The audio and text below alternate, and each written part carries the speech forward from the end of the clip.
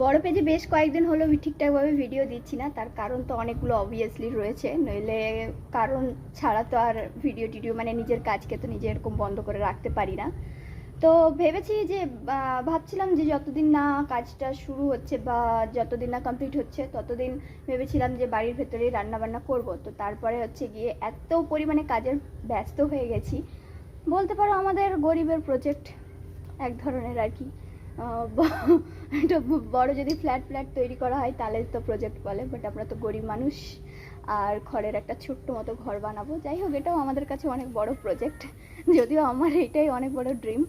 তো এই যে এখানে আনা হয়েছে খড়, ওপরেও খড় আছে। সিনু আর আমার হাজব্যান্ড দুজন মিলে গেছে এখন খড় আনতে।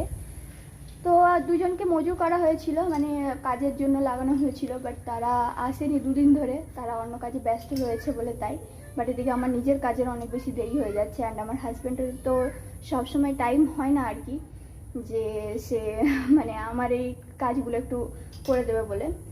তো এই হলো গিয়ে ব্যাপার। শখের ঘর আবার নতুন করে শুরু হচ্ছে, তৈরি করা, বানানো হচ্ছে, প্রায় সেটআপ রেডি হয়ে গেছে। খালি উপর দিকে খড় টড় দিলে, সাইডগুলো একটু মাটি কেটে দিয়ে লেপালেপি করে দিলেই হয়ে যাবে কমপ্লিট। তারপরে তো আসছি খুব সুন্দর সুন্দর তোমাদের মন পছন্দের ভিডিও।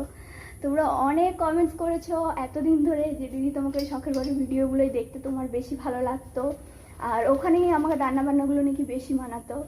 তো তারপরে আমি নিজেও বাড়িতে এই ভিডিও বানানোর পরে ভীষণ বোর হচ্ছিলাম, খেয়ে দিয়ে আর কোনো কাজ খুঁজে পাচ্ছিলাম না, যেহেতু এখন তো সেরকম আর বাড়ি থেকে বাইরে বেরোচ্ছিও না, বাড়িতেই রয়েছি। তাই ভাবলাম যে চলো বানিয়ে নেওয়া যেতেই পারে।